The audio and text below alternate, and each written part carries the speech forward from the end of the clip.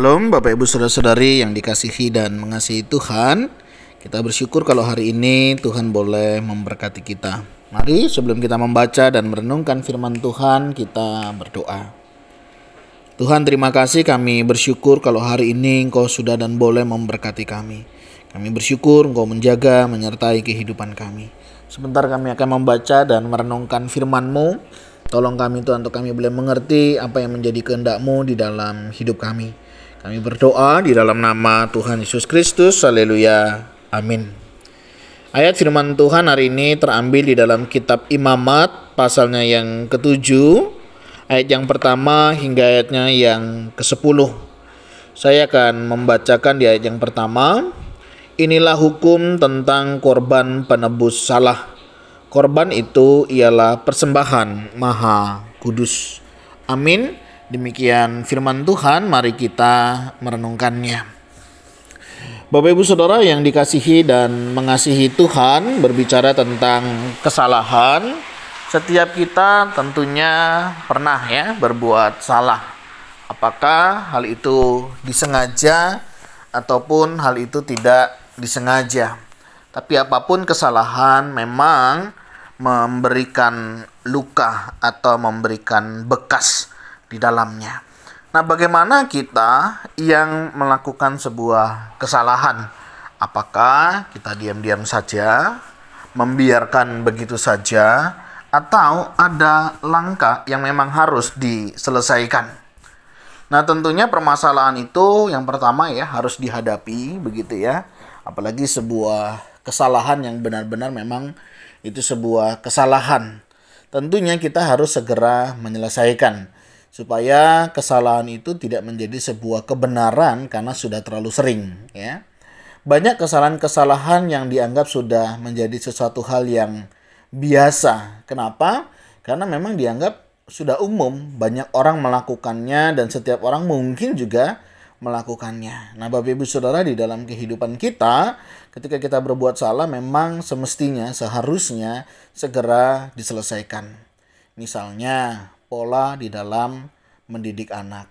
Jika kita tahu apa yang dilakukan oleh anak kita itu adalah sebuah kesalahan, tentunya kita sebagai orang tua harus berani dan mau memperingatkannya.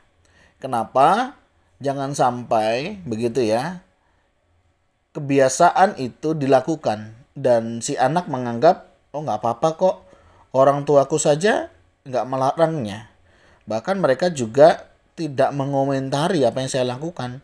Jadi saya berpikir apa yang saya lakukan adalah sebuah kebenaran. Nah, ini yang sering ya. Sesuatu yang biasa akhirnya menjadi sebuah kebiasaan yang mungkin bisa dikatakan kebenaran. Nah, bayangkan jika hal ini terjadi dalam kehidupan kerohanian kita. Bagaimana kita tidak lagi melihat sesuatu yang hal itu tidak berkenan di hadapan Tuhan. Tetapi kita menganggap itu sesuatu hal yang biasa-biasa saja. Banyak orang tua hari-hari ini menganggap banyak hal itu biasa saja. Misalnya ketika melihat anaknya begitu ya, tidak ke gereja. Apakah orang tua juga merasa ada rasa bersalah? Atau merasa ini anak kenapa ya tidak ke gereja? Apa kita peran orang tua di dalam mengarahkannya? Apakah kita mendukungnya? Oh, enggak apa-apa nak, enggak usah ke gereja. Ngapain juga ke gereja, begitu ya. Atau kita tahu ini enggak benar nih, dia Kristen kok, kita orang Kristen kok, hari Minggu ya ke gereja. Masih adakah kita menemukan orang tua yang demikian hari ini? Kebanyakan yang saya jumpai ya, terkadang ya enggak apa-apa lah, sekali-kali enggak apa-apa. Ya mumpung ini hari libur, begitu ya. Nah, Bapak Ibu Saudara, hati-hati. Pembiaran akan kebiasaan ini akan menjadi sebuah kebiasaan yang dianggap sesuatu hal yang biasa. Kenapa? Orang tua saya sendiri aja nggak bermasalah kok. Sehingga ya bagi kami itu bukan sebuah permasalahan. Nah, ini penting sekali kita sebagai orang tua mendidik, mengarahkan hal-hal apakah itu benar, apakah itu salah itu berangkat dari rumah. Jika kita sudah membiasakan hal-hal yang salah kita anggap hal yang biasa atau kita benarkan, makanya jangan heran ketika anak kita nanti bertumbuh, mereka akan menjadi orang dewasa, akan melakukan hal-hal yang demikian dengan biasa, tanpa ada rasa bersalah. Misalnya dalam mendidik anak dalam hal ibadah. Mungkin dalam hal yang lain tentang berkata jujur. Ya, dulu saya masih sering menemukan begitu ya ketika orang tuanya dicari, orang tuanya berpesan, "Nak, kasih tahu ya kalau nanti ada yang nyari papa atau yang nyari mama," begitu ya. Bilang saja tidak ada. Padahal mereka ada di rumah. Secara tidak sadar kita sedang mengajarkan sebuah kebohongan kepada anak kita. Dan ketika anak kita nanti berbohong, kita marah-marah. Kamu ini ya, jadi anak suka berbohong. Padahal tanpa sadar, kitalah yang mengajarkannya. Satu kali dalam percakapan konseling, waktu itu saya di konseling, saya minta konseling dengan satu dosen konseling saya. Waktu itu anak saya yang pertama itu dia sudah usia 2 tahun. Tapi dia itu masih minum ASI. Nah, beberapa informasi yang saya dapat, ya oke lah maksimal 2 tahun tapi nggak boleh lebih. Nah, terpikir bagaimana caranya supaya si anak ini bisa lepas begitu ya. Beberapa orang memang menyarankan ya sudah dikasih aja yang pahit-pahit ya di ujungnya itu ya, atau dikasih tahu ya ini nggak enak, ini sudah begini dan lain sebagainya. Nah, dalam ruang konsultasi itu saya dengan dosen saya, dia menyampaikan, coba Pak Eso pikir, kira-kira apakah yang kita lakukan itu benar? Dalam diskusi saya pikir-pikir, ya enggak juga sih, karena kita tahu ASI itu kan enak begitu ya. Dan ini bagus begitu dengan batas tertentu tentunya.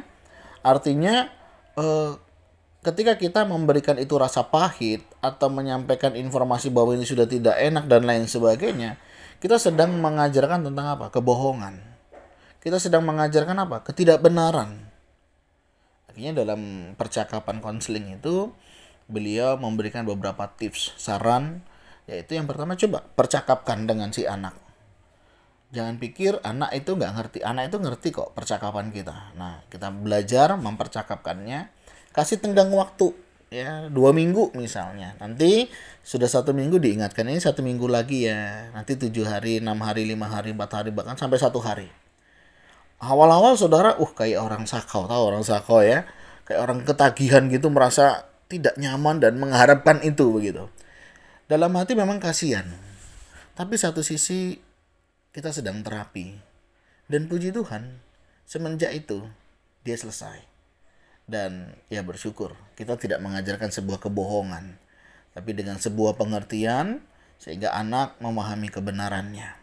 Nah, Bapak Ibu Saudara, ada banyak hal dalam kehidupan hari ini ya, yang seringkali tanpa kita sadari sesuatu yang salah, tapi kita anggap benar karena itu sudah sesuatu hal yang biasa. Nah, saya nggak tahu hal-hal yang biasa kita lakukan, sesuatu yang salah tapi kita anggap benar ya. Jika itu masih ada, mari kita datang kepada Tuhan, kita mohon pengampunan dan tentunya mari kita selesaikan hal itu sehingga tidak menjadi sebuah pola yang dibiasakan dan menjadi kebiasaan. Mari kiranya setiap kita juga boleh ditolong, lakukan apa yang perlu kita lakukan sebagai orang tua yang takut akan Tuhan. Tuhan, terima kasih, kami bersyukur hari ini Engkau boleh mengingatkan kami akan tugas tanggung jawab sebagai orang yang percaya akan Engkau. Ajar kami tetap hidup dalam kebenaran. Jika kami salah, Tuhan juga ingatkan kami, ampuni kami, sehingga kami juga boleh hidup di dalam kebenaran-Mu.